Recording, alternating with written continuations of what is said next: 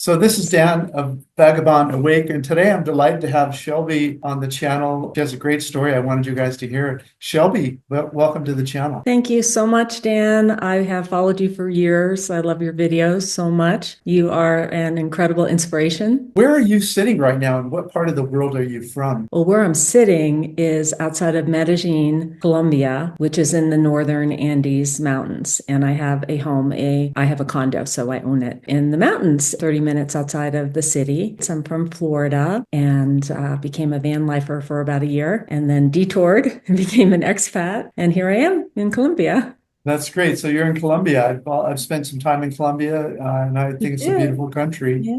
And I was It delighted to is. hear that you were there, so you could tell your story. So how long have you been in Colombia? It will be a year in April. I've seen a few of your videos. You have a beautiful home there.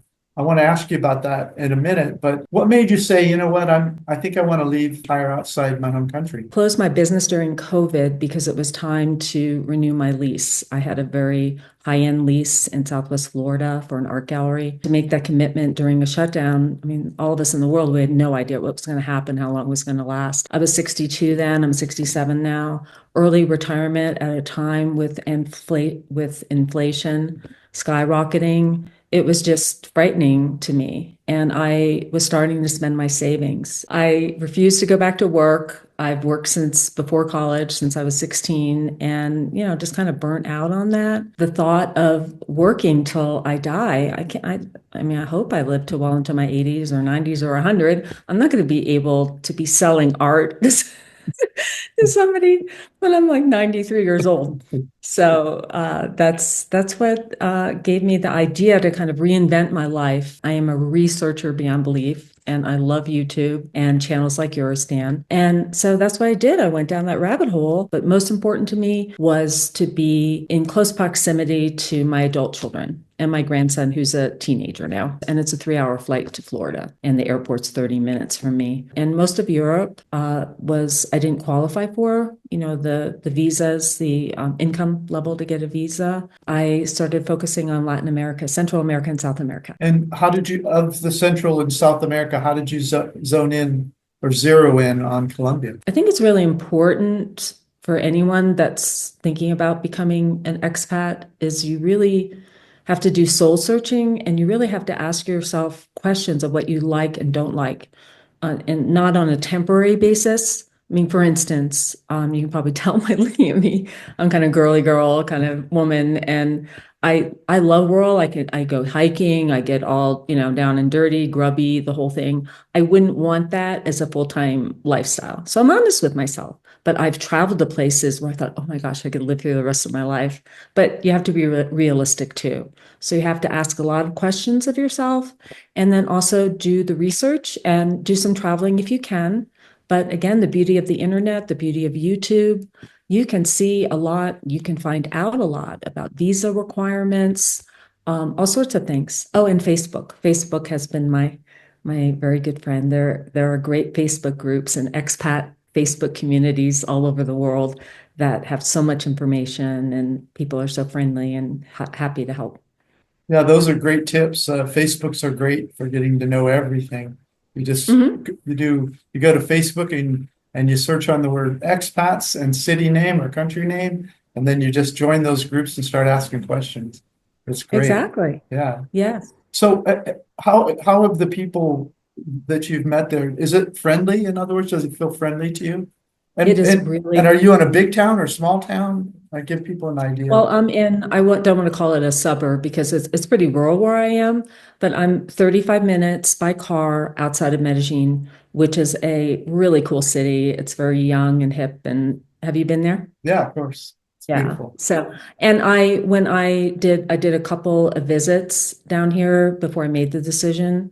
I probably could have do it. I could have done it in one visit, but I didn't stay long enough. So I ruled out Medellin, and that's because I lived in LA for so many years when I was younger, and I loved it. I loved it in my 20s and 30s. It was a great place to be and so much fun and everything. But again, I'm retired, and I just city life just really isn't for me. But it's close. So if I want to go there for the day or go have dinner with friends or, whatever, and there's great expat groups there, then then I have the city. But my region, and then there's a pocket of three little colonial towns, which are, again, in this 30 to 40 minutes outside of the city, and they're in the southeast, they're southeast of Medellin. So there's El Retiro, Rio Negro, and La Ceja, and they're all beautiful colonial towns. Rio Negro is turning into a small city. That's where the airport is, actually, for Medellin. And then El Retiro is a beautiful colonial town. I just love it. So I'm very close to that. I'm kind of on a mountaintop, and people can see in my videos my view. So I have to go 10 minutes by car to be down the mountain. So it's all fincas, which are like ranches and private homes and apartment communities like mine. Yeah, it's a beautiful view. In the videos, you can see the view off of your balcony there, and it's pretty amazing. The people are so warm and friendly here. And I've been to Costa Rica, I've been to Mexico, and very, very similar culture. I think I also have an advantage because I'm solo female and an older woman. And so everyone wants to take care of me. And just they're so sweet. They want to make sure, are you okay? Like, oh, do you need, what information can we get for you? Oh, the neighbor downstairs when I first moved in here, he's from North Carolina. And so if you ever need anything translated or whatnot, I mean, I've gotten to know everyone in my building, which is not big. It's only 3 stories, but everyone is super nice, whether they don't speak English at all or they're totally fluent. They've all been so warm and welcoming. That's great. That's super. Yeah. And this is your first time living outside the US, is that right? Yes, my first time. Okay. In most small towns in Colombia, there's not a lot of English spoken, and I'm taking Spanish classes. I'm getting quite good at really immersing myself and forcing myself not to use Google Translate app. The first things I learned were how to be really nice to people and compliment them and be gracious. And I learned all of those things, and people just beam back and they hear my horrible pronunciation. So they know that I'm just really trying. And that's just a great way to acclimate. I think you don't have to be totally fluent when you're in a foreign country, and you've probably experienced that. But, if you learn things other than, on like apps like Babbel, you learn all these things about train tickets and where's the bathroom and this, no, I wanted to be able to say, your dog's really cute. Things like that when I'm out walking my dog. No, it's really funny. Yeah, I wanted to be able to say nice things to people. This ebook taught me everything I needed to know about money so I could travel freely all over this amazing world. To get a free copy, either scan this QR code with your smartphone or click the second link in the notes below this YouTube video. As I understand it from some of your videos, you decided to buy instead of rent. Is it okay if I ask what does a condo cost in that area? Well, it really varies. As you can tell, mine's, pretty upscale. They have different stratas in Colombia. Right. The highest is a strata 5, and I'm in a strata 4. So I didn't overly splurge. Mine's a two bedroom, which I actually knocked down a wall. I'm going to do a condo tour video. I am really lame, by the way, at the technical stuff. I'm really learning on YouTube. Once I master that, I'll do a tour. But I decided that if I took down this one wall to the guest room is the next room from the living room, that because it's all glass anyway, that I'd have this big panoramic view. And I thought, how often are my kids or friends going to come? So I just went and bought an inexpensive inflatable mattress. My big sectional sofa is big enough to sleep on, and I have a king size bed because this is my place. I want it to make me smile and make myself happy. So every morning, some mornings I cry when I wake up and see the sunrise and this view. So I'm glad I did that. So what's like a range? So because some people have more money than others, but I'm in a gated community. I paid $165,000, but I can tell you that a condo with a view, whether it's mountain view or ocean view, say in Florida, this would probably be over $1 million. It makes me feel good when I don't have debt, and I have very few bills. So that's why I probably rushed into it, but I felt really good after the time that I spent here, and I looked into the real estate market, and I knew that I could easily resell it, and it's already gone up in value. So, Yeah, oh, and my that's HOA is $112 a month. In the town of El Retiro, if somebody still wants brand new, that's something that gives me peace of mind, newer construction, so I don't have a money pit situation. There are beautiful apartment or condo communities with beautiful gyms and pools and everything.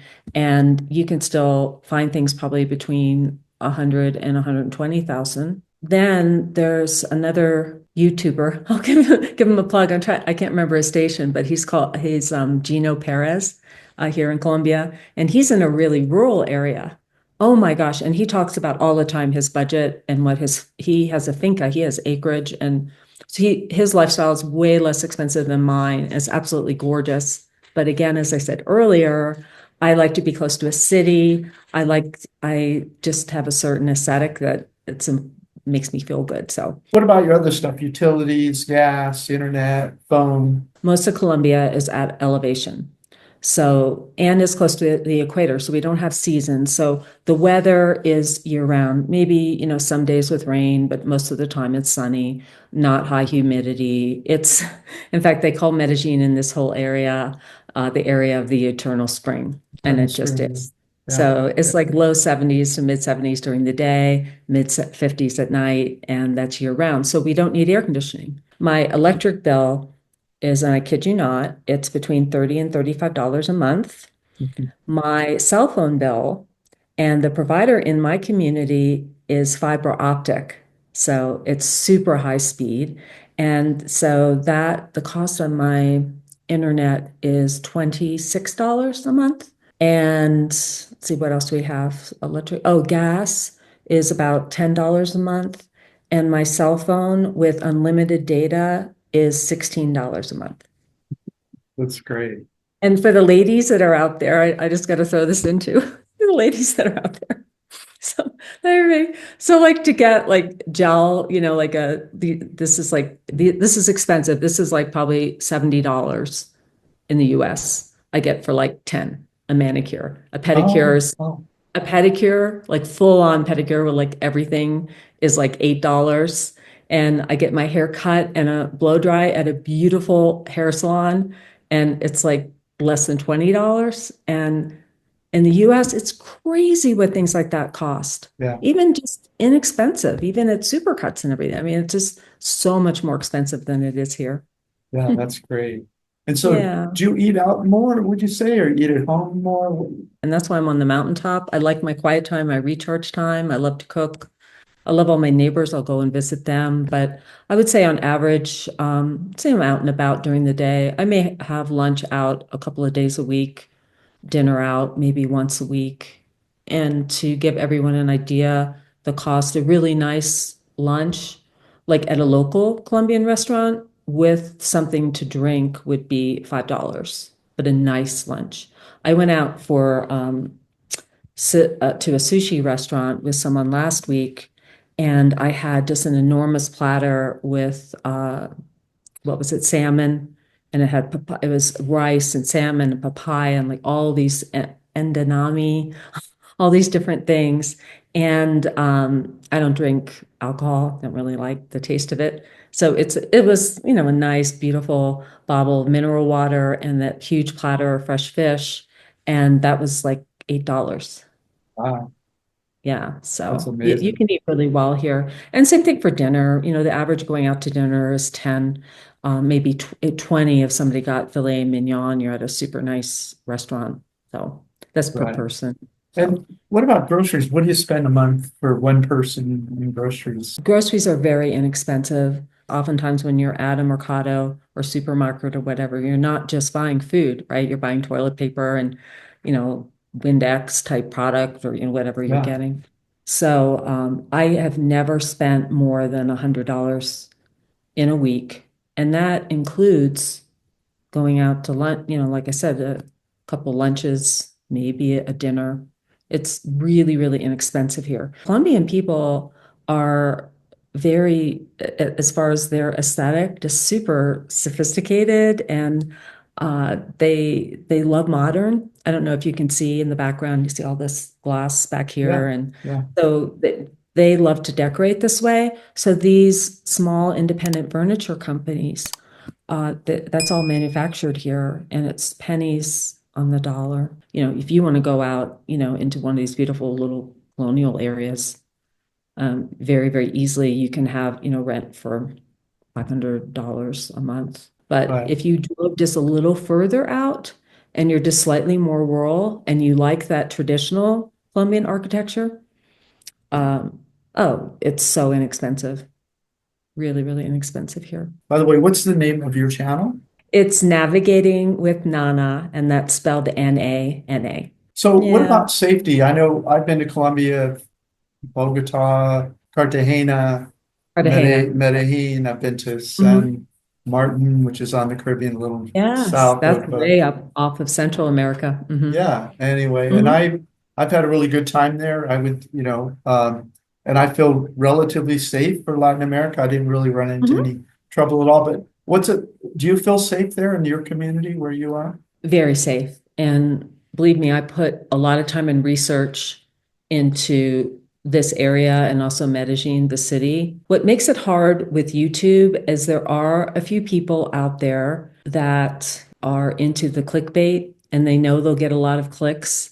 Yeah, Like, I was robbed at yeah, gunpoint or something. yeah. You don't even know if it's true, but there have been some headlines here in Colombia. It was the Escobar era that there have Of been course, US. yeah. Oh yeah, all that. That was over 20 years ago. This whole area is wholly 100% cleaned up. Now, Medellin's a big city. It's going to be no different in Miami, no different in LA or New York. If you go out clubbing at night, and a lot of this crime happens, most of it happens to men. So the typical scenario of the people that have been killed, which has not been very many, is that it's a man, and the Colombian women are so beautiful. And they come here in droves, these nonstop flights to Medellin, and they'll be in a nightclub, and then there are some people that are out there that are going to prey on these men. And so the beautiful woman says, "Oh, come to my apartment for a drink or whatnot." And so then she gives him a drink that has, something in it. And sometimes that something's too strong, and probably has fentanyl or something like that in it. She has buddies, hiding out in her closet. And so the thing is to drug them, steal the iPhone and the wallet, and then just leave them on the side of the road outside of town. Well, sometimes those people, have died, but I don't have any worry of that. There is petty theft like in the city. I haven't heard of anything like that in the region I'm in. I'm aware. In Rome, had my purse snatched. I had my camera stolen one time in Boston. You just have to be aware when you're really in any environment. In my area of Southwest Florida is probably the safest that there could be. The supermarket there is Publix, and a typical crime is men that will, and this is towards older women, they'll have their purse, in the top part of the cart, and they're like unloading into the trunk, and somebody will just, swing by with somebody in a car, waiting for them to jump back in and just grab her person, and they take off. So now throughout Southwest Florida, and this is a beautiful area, so we're talking Naples, Fort Myers, in most of the parking lots, in most of the major shopping centers, they look like lifeguard stands, and they actually have a cop in them, or they have video surveillance that's literally going in a circle that can see the entire parking lot, that can record to try and stop this from happening. Go in the city. What I put in my purse, and I've always done this when I travel, is I put an old wallet in there with a little bit of money.